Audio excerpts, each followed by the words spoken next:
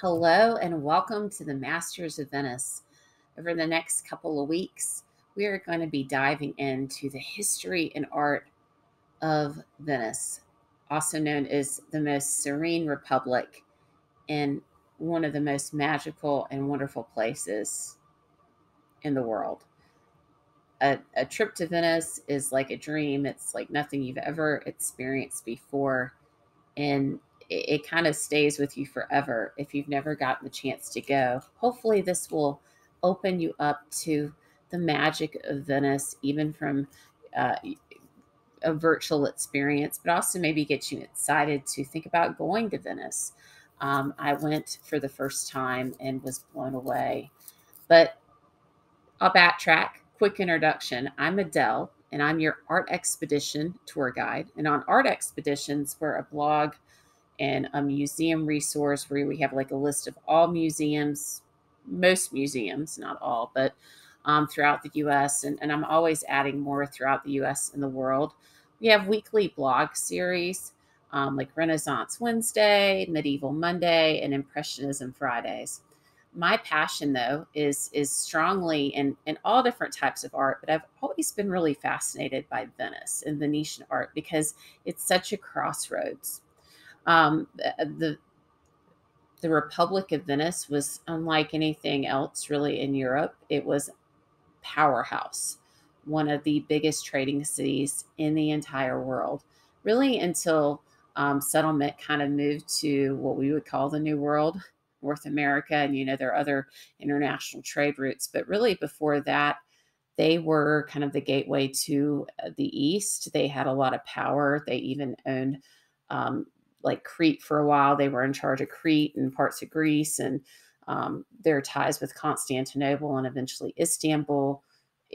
Heck, Marco Polo was from Venice in the Middle Ages. He's the one who trekked, all over and into Asia and whatnot, and the legends of Marco Polo. But factually, he brought back a lot of information from that. There was a lot of trade. The Venetians would go all around the Italian boot up to Spain, all the way like past England up to the Netherlands.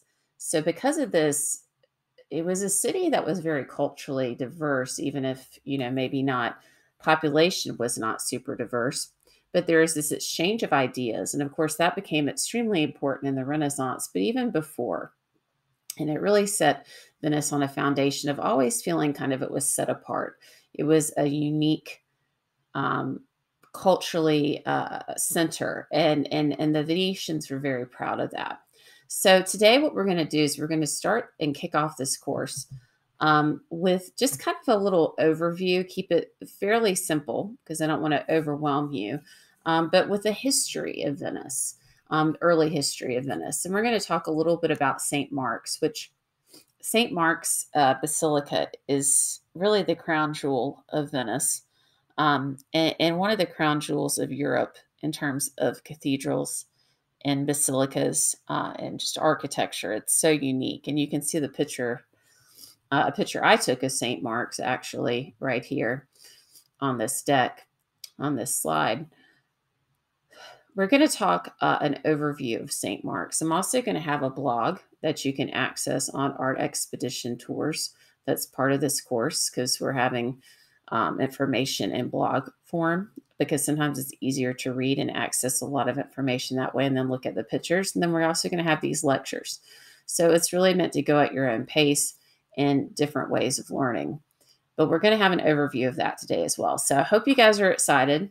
Thanks for that 4-minute intro. But let's go. Let's get into Venice. So let's start by welcoming you to Venice. Like I said, we're going to talk about the early history, a little bit the influence of something called Byzantium. And if you followed the blog and you're on my YouTube channel, I've done a few videos about Byzantium and kind of the influence of Byzantium and what the Byzantine Empire is. And then we'll talk a little bit about the story of St. Mark's. But before we get into any of that, I'm just going to share a few pictures of Venice to get you in the mood. And I want you to just pretend that you are being transported to this wonderful city. So right here, we are at St. Mark's Square, the central hub of Venice. Really, that is a must see when you're in Venice. There's other amazing square. Well, there's other. This is really the only square. This is officially the only piazza or square open, kind of enclosed area like this in Venice. Um, there's other little mini ones that we would call campi or campo. They're basically like it's the word for field in Italian and Latin. So they're smaller, like what I would call mini squares, but really St. Mark's is the square and the piazza, the great piazza in Venice. And actually, Napoleon, who sadly took over Venice in 1797 in his imperial conquest, he called St. Mark's Square the basically the great sitting room of Europe. I'm paraphrasing that, but this is the grand gathering place for trade, culture, beauty, this unique idea of this amazing cultured city. And you just sit here, so we're just going to take it in. The building that you see that has the kind of the rosette cut and the Gothic with a little bit of that arabesque style with the tiles and the pink brick tiles. That's the Ducal Palace, which we will be doing a tour at some point in the series because there's so much art in there. And it is the seat of the Venetian government for 1100 years, although that building was built much later than it started. But in theory, that was the seat of the Doges in the Ducal Palace, the ruling classes of Venice. You also have the Campanile, which is a bell tower, which was very important throughout medieval and Renaissance Europe and the world because it served a number of reasons. One, it could be we're having an invasion, let's ring the bell. But a lot of times, actually, it told you like what time of day it was. They didn't have like digital clocks. You don't have your iPhone where you're checking your time on your phone or your iWatch or whatever. So they'd ring the bell at different times to indicate what time day it was, work schedules, and also what time mass was because you had to get to church on time. And then, of course, you see this winged lion on this pillar here. That's St. Mark. And we'll be talking a lot about the the imagery of St. Mark and symbolism within kind of the medieval art, but also, of course, Renaissance art. With religious art, a lot of this was done to have symbols because not everybody could read, and you wanted to kind of associate a saint with either their martyrdom or something about, if like in this case, the gospel writer Mark, his symbol was the winged lion, which actually comes from Revelation. And these four gospel writers were each given a unique moniker, which we'll get into that in a future video, but also a future post on artexpeditiontours.com. So you'll see this lion everywhere because St. Mark is the patron saint, one of two, actually. There's a couple others, but he is the main patron saint of Venice. And to this day, every time you see a winged lion, you'll start to recognize and think St. Mark, Venice. It's interchangeable almost. And here is St. Mark's, the beautiful facade of this amazing, unique, indescribable basilica, which continues to serve as a church and have mass today. And it is a must see, and we'll be doing more in-depth tour of that. All right. So we're going to start with some early history. And you'll notice these four horses. These are actually replicas of the originals. We'll talk about them in a minute.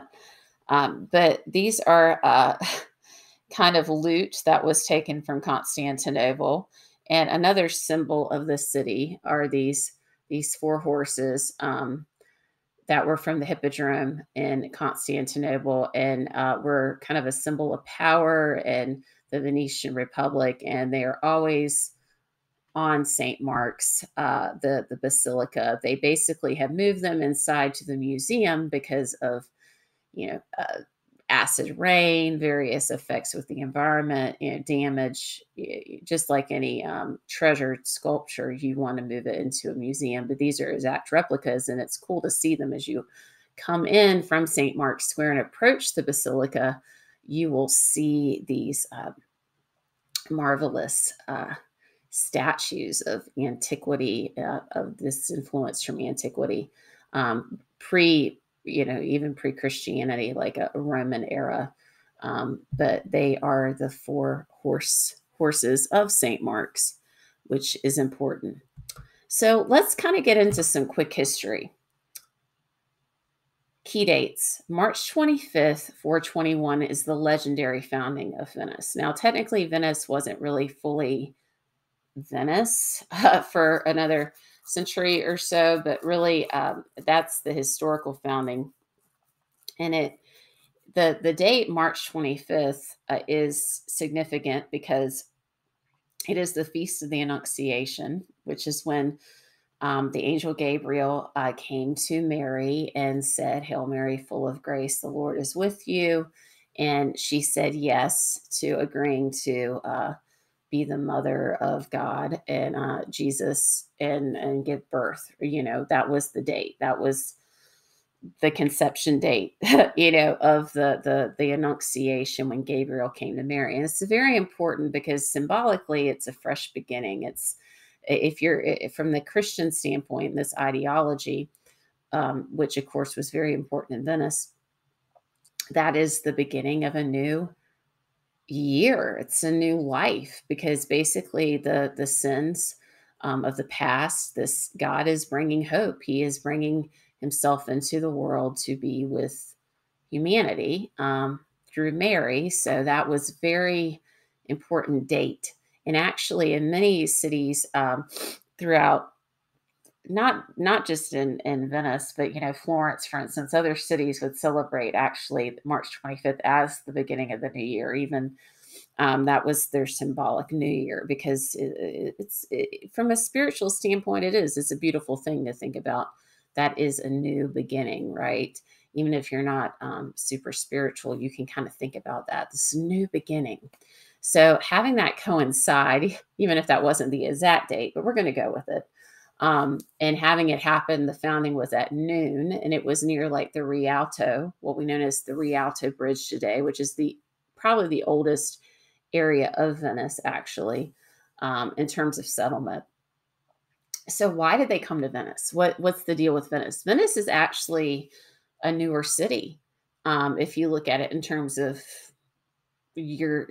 I'll say Roman era, the history of Italy, which Italy itself, by the way, was not really founded until the late 1800s as a unified country.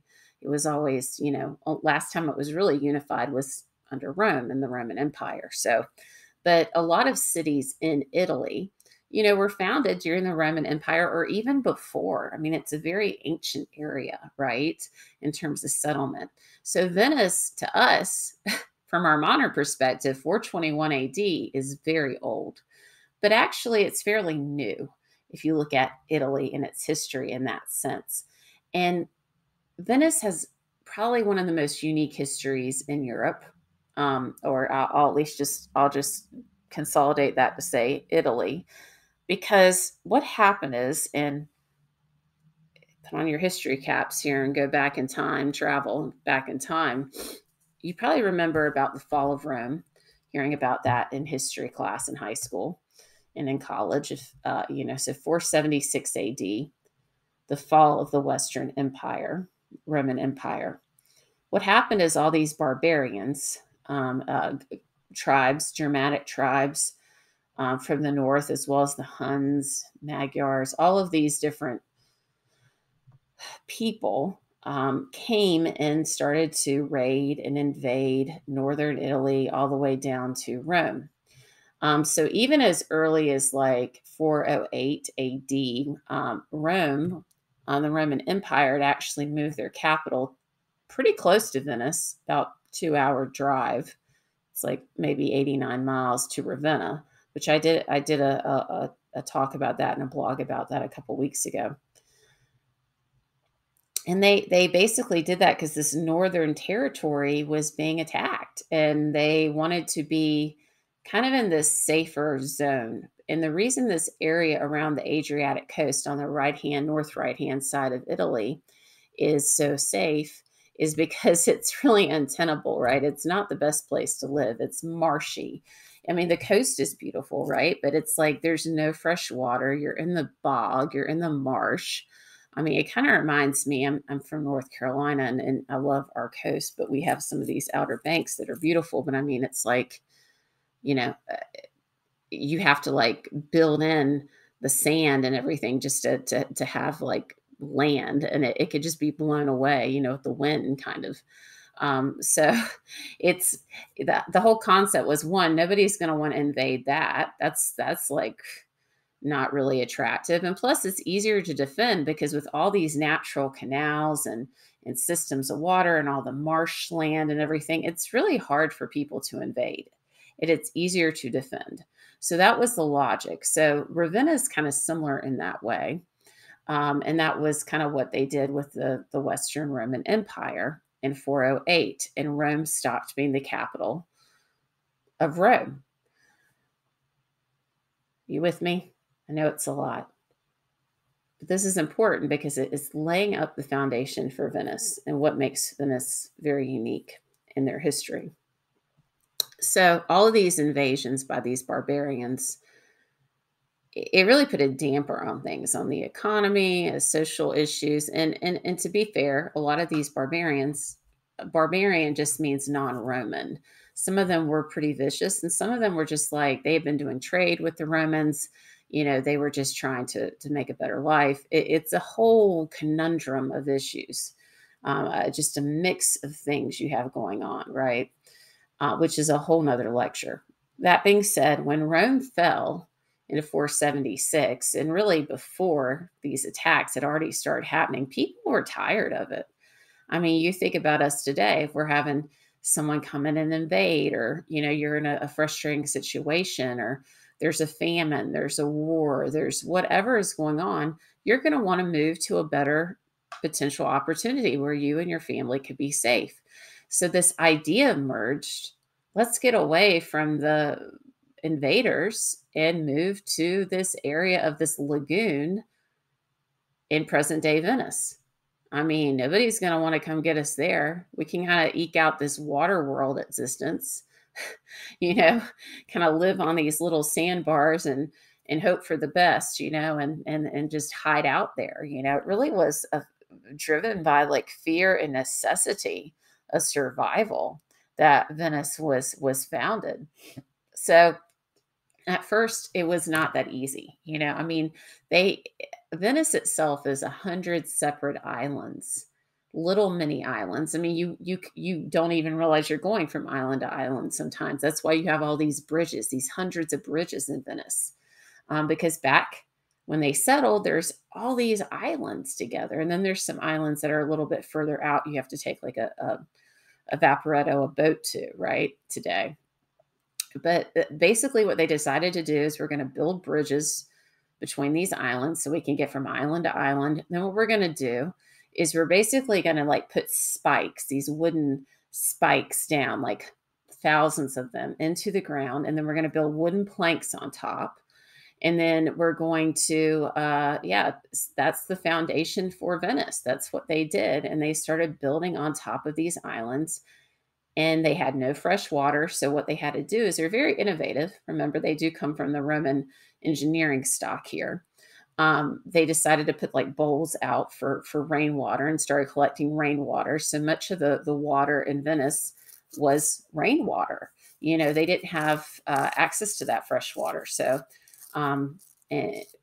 public water supply, if you were wealthy, you had your own well of rainwater. And that's how Venice started. So it's important to think about that as we kind of go into more of the art of Venice too, because this is at the end of the day kind of about the art and how Venetian art rises. But as you can see, Venice had a unique start. And you have to be pretty hardy to have lived in Venice. So from kind of the early ages, they were kind of on their own, just like trying to not be invaded, just trying to survive in advance. I don't know. I kind of imagine it to be a little bit like the show Lost, but I mean, I think it wasn't probably that dire with this. They didn't have like a smoke monster, but I mean, it was always, they were really having to be innovative and like figure this out, and they did. So essentially, what happened though is the the Ostrogoths were in charge of areas around Venice, like Ravenna, until 540 AD. Now, the Ostrogoths were kind of an interesting situation. They practiced a different form of Christianity, and there was a heresy around it. So that's why they were really not welcomed. Um, and essentially, what happened is in 540 AD, the Byzantine Empire under Emperor Justinian decided to take over what was lost from the Roman Empire. Now, I need you guys to stop and pause for a second because I know this is a lot of information. We talk about the fall of Rome. We talk about the Western Roman Empire, but it's important to remember that the Roman Empire really didn't end until 1453 when Constantinople fell to the Ottomans. You're thinking, what? I mean, Rome got sacked. Yes, but in 330 AD, Constantine, who actually legalized Christianity with the Edict of Milan in 313 AD, Emperor Constantine realized the Roman Empire is way too big. I mean, for just all the administrative stuff to get done in Rome, you needed two central offices of power. This is bureaucracy, right? This is making sure you're taking care of business. So for the eastern side of the empire, they built a new capital. It's called Constantinople, now Istanbul. And in the west, it remained Rome until 408 when it got moved to Ravenna in Italy. So Constantinople really didn't have issues. I mean, they obviously had problems, but they weren't being faced with these threats from the barbarians like they were in the Italian peninsula, right? So when Rome fell, it was literally like what we would think of the classical Roman Empire, Rome, the city of Rome, the area of Italy. But Byzantium, because they called the eastern side was Byzantine, the Byzantine Empire of the Roman Empire, it continued to go, and it was very strong and successful, and it continued to fight to get that territory back from the barbarians. And it was successful with that in 540 AD.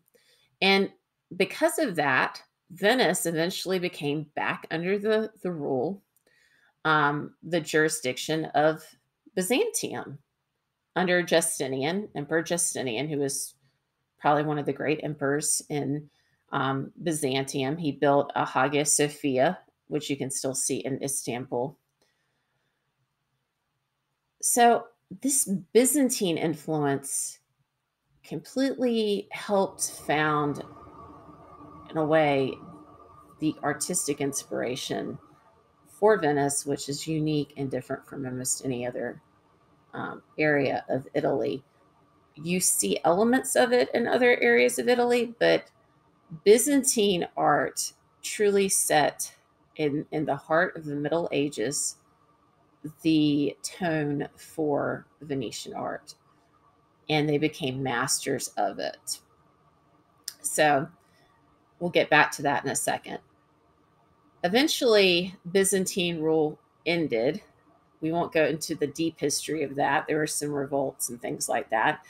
And Venice decided to start its own republic, a free republic run by elected officials, loosely, I'll say, loosely elected officials of like noble families. And it was run by the Doge. And the Doge is kind of like a constitutional monarch. Didn't really have much power, but they had kind of the seat of authority around them.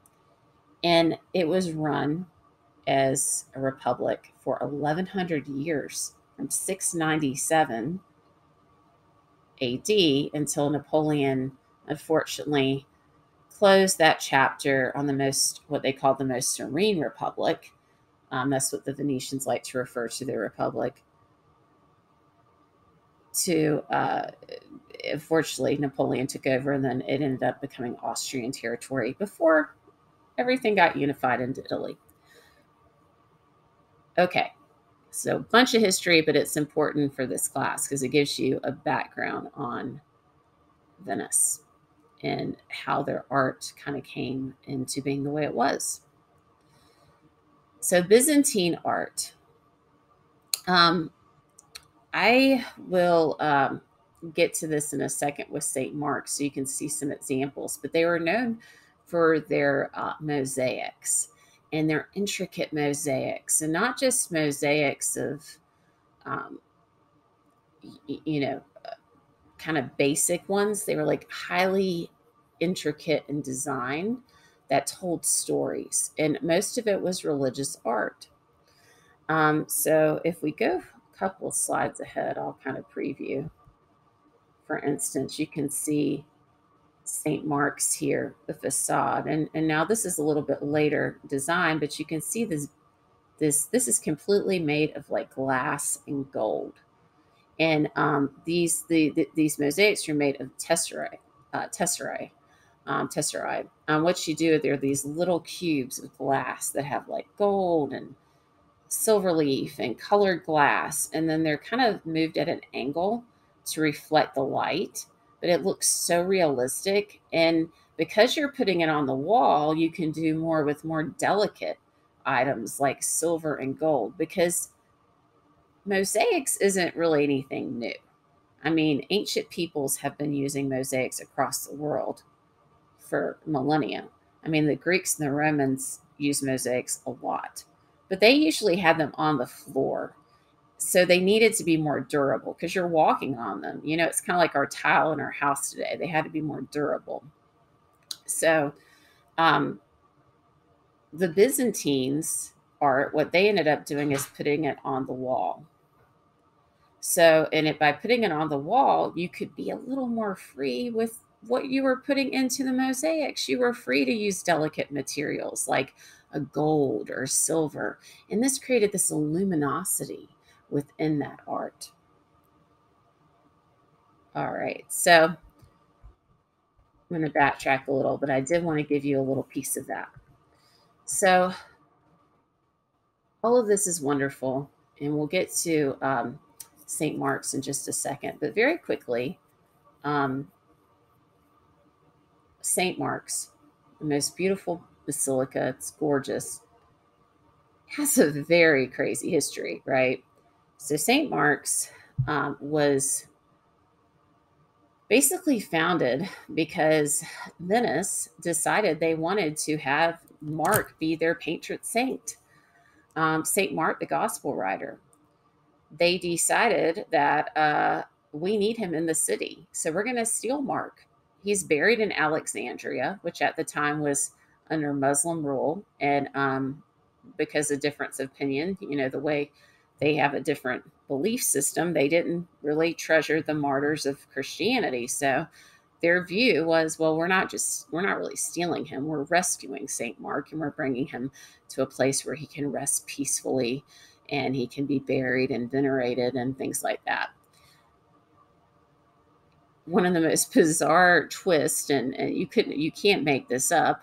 The Venetians sent, you know, some traders and merchants to Alexandria, and they stole the body of St. Mark. And how they got away with it is they put him in a barrel of pork. Yeah, because it's not kosher, Jewish and Muslim. You're not supposed to eat pork, but in Christianity, it's okay. So they weren't going to touch it. They just said, that's not kosher. So they didn't even think about it. So there goes St. Mark. And then they bring him back to Venice. Now, there's a lot of interesting stories about this whole thing. So why Mark? Why, out of all the saints, why would you go for Mark? Well, he is an amazing gospel writer. Important, right?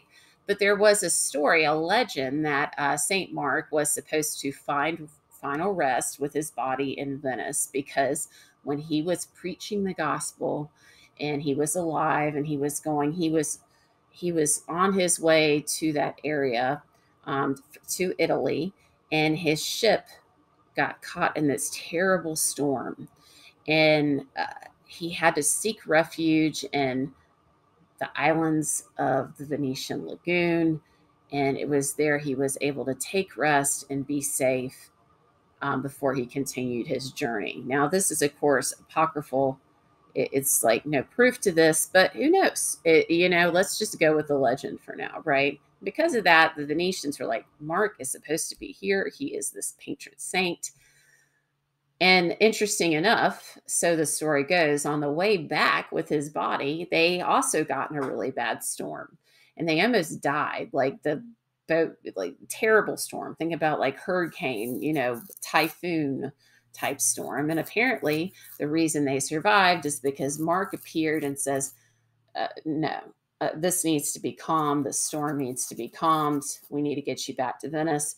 And he rescued them, and they gave this testimony of that miracle. So that is how St. Mark got to Venice, which is interesting. So he is buried at St. Mark's in Venice. And because of that, they had to build a basilica for him. So we'll get into the history of that in just a second, but I want to pause because Basilica St. Mark opened in 1094, and we're going to see some of the beauty and majesty of that. But there are actually two other basilica buildings, churches on that site or near that site. The first was built right in like 828. It took about 2 years to build, right when they came back with the body. But unfortunately, it was destroyed. And then they rebuilt it, and it was destroyed. One was because of a attempted coup on the government that did not succeed, and the other one, there was like a fire. So finally, they were able to get the St. Mark's we see today consecrated and built in 1094 AD. And of course, it was added on and embellished throughout the years, but the core of it was built in 1094. Much of the spoils of St. Mark that we're going to learn about, unfortunately, come from this unique, sad, unfortunate, confusing event in Christendom history, the sack of Constantinople. So, Venice was very closely tied to Constantinople and Byzantium. They heavily influenced in St. Mark. The building of it is heavily influenced by Byzantine design, that unique style. And if you go to the blog and also to YouTube, I did a talk about Byzantium and the style of art. But they got into a little bit of a tiff, as friendly neighbors do, right? So Venice helped save Constantinople from an attack by the Normans. And, they really gave their all for that. So they felt like, oh, we're good graces with Constantinople. We're good friends. But for some weird reason, in 1171 AD, the Byzantine emperor falsely accused Venice of attacking one of their territories, and Venice had nothing to do with it. And because of this, every single person who was a Venetian who was living abroad in Constantinople was imprisoned. And I mean, it was completely unfair. It's like, you're going after just a witch hunt, right? And it made Venice mad. Very, very mad. So basically, they eventually came to an agreement, a peace agreement, quote unquote, in 1186. But when you're having your family imprisoned and you've been mistreated, and it just puts a bad blood, and some people have a harder time forgetting and forgiving those things. And unfortunately, the Venetians were that way in this case, at least some Venetians. So there was a fourth crusade during this time that was called, and they were to go to Jerusalem and to try to free Jerusalem from, the Muslims and to reclaim Jerusalem. Well, On the way, the Venetians convinced the Crusaders, let's go to Constantinople instead and sack it and take all their goods because they're nasty. They're not really our allies. They're terrible people. And this was all kind of revenge for what had happened to the Venetians. And it was not logical. It's just hysterical. And it was a disaster for Constantinople. They took so much stuff. The Venetians stole precious relics, icons, art, you name it, not to mention destroyed the city. And sadly, it's really, as much as we're grateful that they had, in a way, they did that because the art was saved and is now preserved in Venice, which it might not have been after the fall of Constantinople. I, if you look at it historically, that probably was one of the factors that led eventually, possibly, to uh, the decline of Constantinople as a power, because two Christian nations attacking each other like that, it just was not good. And at the time, it was not considered to be good, but it happened. And it's important to recognize that because so much of this art at St. Mark's, they're pretty open about it, came from the sack of Constantinople. And you see this painting here. This is by Tintoretto, who will be doing a whole lecture on. Tintoretto really kind of shows the chaos and drama of this sack of Constantinople. I mean, it was a source of pride and also a source of kind of embarrassment because the Venetians, were grateful they got all this stuff. But on the other hand, you kind of know you have to justify this, right? But you see the detail of the people even on the buildings trying to get in. They're like catapulting in. I mean, it was a unique time, but it is fundamental in the history of Venice and St. Mark's and their art. So this is once again a beautiful image of St. Mark's, and just the glory of it. As you can see, it's very domed. It has a unique style. It's like, what style is this? It's not exactly Gothic, Romanesque. It has some of those elements. It has a lot of Byzantine and even Arabesque elements. It's really its own unique thing. And St. Mark's, when you get inside, what it's known for are the mosaics. So it has over 85,000 square feet of mosaics in the Basilica, and most of them are filled with gold. So when you walk in, it's like this mystical experience where you see the glitter and just this luminosity. And it's not very bright because the walls are completely covered by mosaics. Like there's not really stained glass windows here like you see in other churches of the time. I mean, this is completely covered in mosaics. And the way you get the light isn't really from these windows, it's from the candlelight and the little bit of light that comes in from the windows at certain times a day. And just the candlelight catches the tesserae, and is able to like capture that light and just create this luminosity and mystical experience. When you walk in, the floor, it has these perfectly aligned geometric shapes that are designed to elevate you to kind of the symmetry of perfection that God creates in the universe, and uniting Himself to us and to recreate that perfection in the Mass and in the Eucharist. But you have these gorgeous inlays and these geometric shapes that are works of art in themselves as you walk through, and just look down at the floor. It's so hard when you're in St. Mark's, you get overwhelmed because it's like every direction there's art, every direction there's a mosaic, or there's this beautiful floor, or this unique column. So you really have to give yourself the grace when you go to just breathe, be calm, and allow the experience just to go through you and to just be at peace in there. Because it's the type of place I could have spent like 2 days just sitting there and just like in prayer and meditation and just looking. So don't get overwhelmed. It's kind of meant actually to overwhelm you.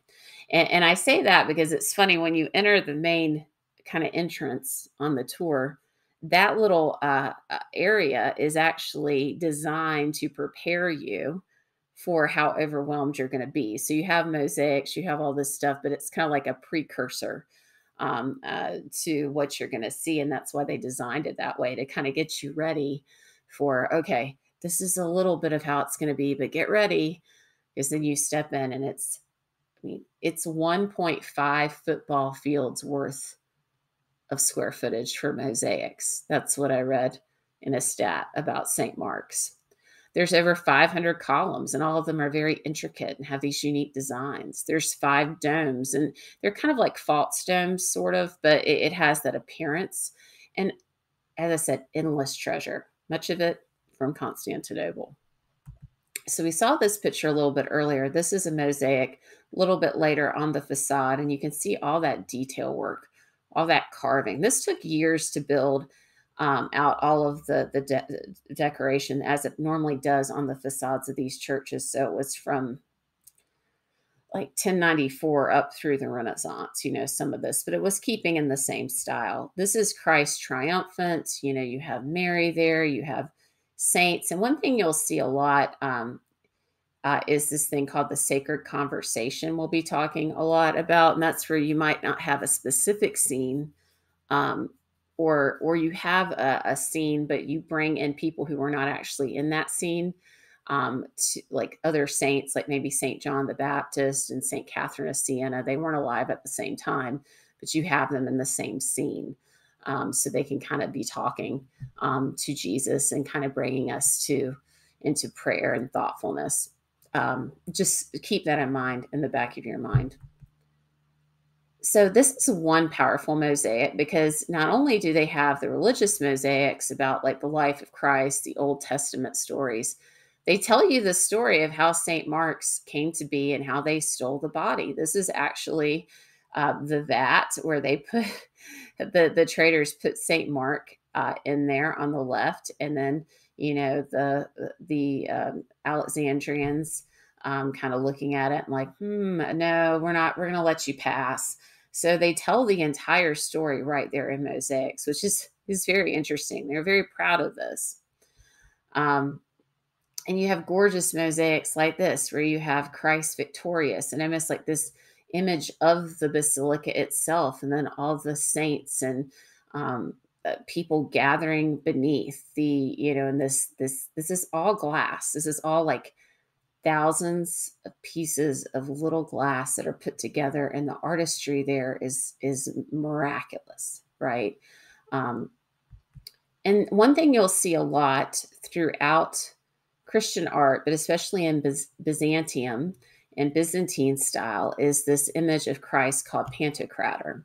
Christ Pantocrator is like ruler of the universe, and it's used a lot to say, with the state yields to Christ Pantocrator. So you see that a lot with the Byzantine Empire is trying to justify its government, but it's also aligned with the church. So they a lot of times will have like, the emperor bowing before Christ Pantocrator, or the doges in Venice will be bowing before Christ, or the winged lion of St. Mark or something. Now, this is interesting here, because you see the 4 gospel writers and these wonderful statues. And then you have Christ Pantocrator, where he's giving his blessing. He's fully in charge. He's looking at you. He's beckoning you. He has his word, the word of God. He is the word of God.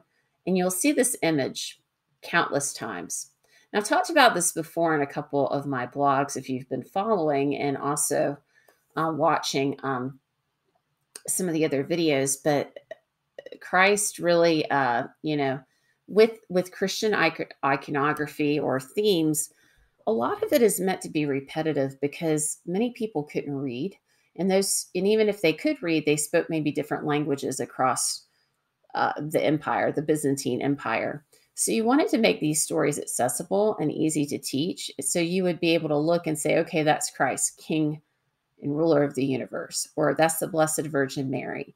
Or you see St. John, like with camel hair, and, his symbols of baptism or something. Or St. Peter, you'll always know, because he holds the keys to the kingdom.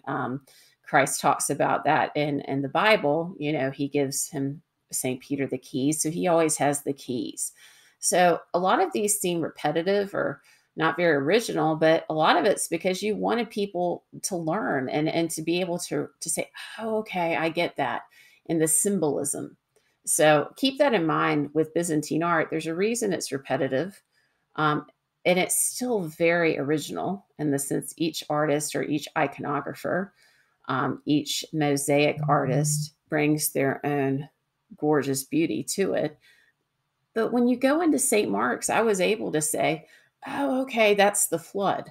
That's Noah. I recognize that is St. Mark because of the winged lion, or I recognize that's the Blessed Virgin Mary with, or that's St. Francis because he has the stigmata, which was added later.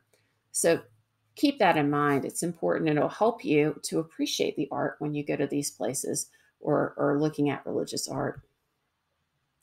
Once again, we have these four stolen. These were kind of one of their favorite things they stole, were these horses, and these are replicas. You can see the originals in the museum within St. Mark, so you can just walk through St. Mark when you go in. But I highly recommend going ahead and getting admission to go to the museum as well, because there's so many treasures in there, relics, history, uh, so much. But the originals were put up here, and you can kind of see in their beautiful space. And it was a pride of the city. In fact, there was a legend that the Genoese, who were kind of one of their rivals, they said the day that those fall, or that will be the day those come down, will be the day that the Venetian Empire ends, or something. That was essentially the gist of it. And so, when Napoleon came in 1797, he promptly took them down and took them to Paris, which luckily after he got out of power, they were returned to Venice. But these are actually very ancient. The originals, they were at the Hippodrome in Constantinople, and they were Roman. They were from, very early at specimen, and were used at the Hippodrome there. So it's something that was very prideful for them, but also shows how they would repurpose art in this time as well. Just because something was not necessarily originally like Christian art, or it came from a different territory or culture, they might take it and say, okay, we're going to use this beautiful statue and we're going to make it work, and we're just going to kind of reappropriate it for what we need it to work for, which is practical, right? This is one of the big treasures they stole from the sack of Constantinople, and it is Mary Nicomedia. It's an icon, beautiful, beautiful Byzantine icon. And during the Byzantine Empire, they used to carry this out into battle. They would carry it out into battle for victory. So it's like Our Lady of Victory is what it's called. And they believed that this icon would help protect them in battle, the Byzantines. So the Venetians wanted that grace too, which I'm not sure it works that way. Mary, she's happy to help them, but I don't know about with that, how that goes. But they took it. And they also, the Venetians started using, if there was a plague, if there was a war or something, they would carry it out with them too. And now it's in St. Mark's and you can see it. One of the reasons why it was believed to be so important, though, is they thought it was done by St. Luke. St. Luke is believed to have been a painter, one of the first iconographers. This was done by St. Luke, but it was St. Luke of Constantinople who was a very well-known iconographer, but not St. Luke, the gospel writer. So either way, it's a beautiful icon. You look at it, you see Mary, she's looking out, holding the baby Jesus. There's this gold and beautiful treasure around the main image that just, it really brings you in. And it is something, as an icon is to do, makes you meditate on it, makes you think about the glory of God. It's not necessarily like Renaissance art that's meant to be realistic. It's more kind of to bring you into a different mindset.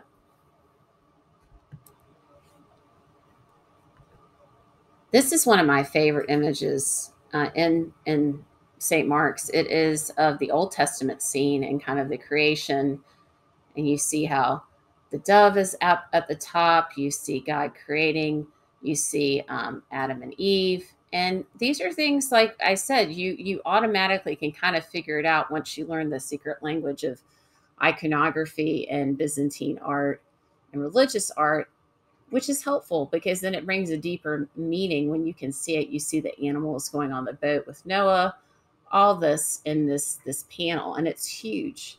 And it's kind of when you first enter into the church, and you just kind of got to stop. And I was taking like 10,000 pictures. I couldn't even see everything because it's just so detailed, right? But you see mosaics like this all over St. Mark's, telling stories from the Old Testament and the New Testament and the lives of saints too, because they also have some additional saint areas where they tell the lives of saints. Like St. Isidore, for instance, has his own chapel within St. Mark's. So I'm just going to kind of close this overview and this historical introduction with this image of St. Mark's, just to kind of let you walk in and to imagine yourself there, and just you can kind of grasp just the overwhelming nature and the detail of all these mosaics. I mean, it would take an entire probably 20 lectures to get through every mosaic in here. So we'll be digging in more to St. Mark's, but in the blog, and also some future videos. But just wanted to give an overview today to kind of get you primed. So we're in St. Mark's. We're kind of at the crossroads with the Byzantine art, glorious mosaics lifting you to heaven, and bringing that mystical experience. Because really, when you step in there, this picture doesn't do it justice. You step inside, it is a mystical experience. You really feel like architecture, time, space, everything is kind of lifting you up to heaven, which in a way to me is interesting, because I feel like that is kind of a precursor to the Renaissance in a way. This human idea of being elevated to be one with God in heaven. It's kind of interesting. But I'll leave you with this image, and we're going to keep going on. Next week, we're going to be talking about some of the early artists, kind of as we transition from the Middle Ages to the early Renaissance in Venice. Throughout the series, we're going to be really focusing a lot on Italian Venetian art during the Renaissance, but also some other eras as well. If you want to stay in tune with the Masters of Venice as we go through, there's a couple different ways to learn. Facebook, Art Expeditions, just search Art Expeditions. I'm going to post all the content on there. And also daily videos and other fun things, pictures of different art, not just Venetian art. You can find everything on artexpeditiontours.com. We have the blog, where I'll be doing a lot of blogging about Venice. And then YouTube. You can find us on Art Expeditions. Just search YouTube, and you'll be able to find us and follow us.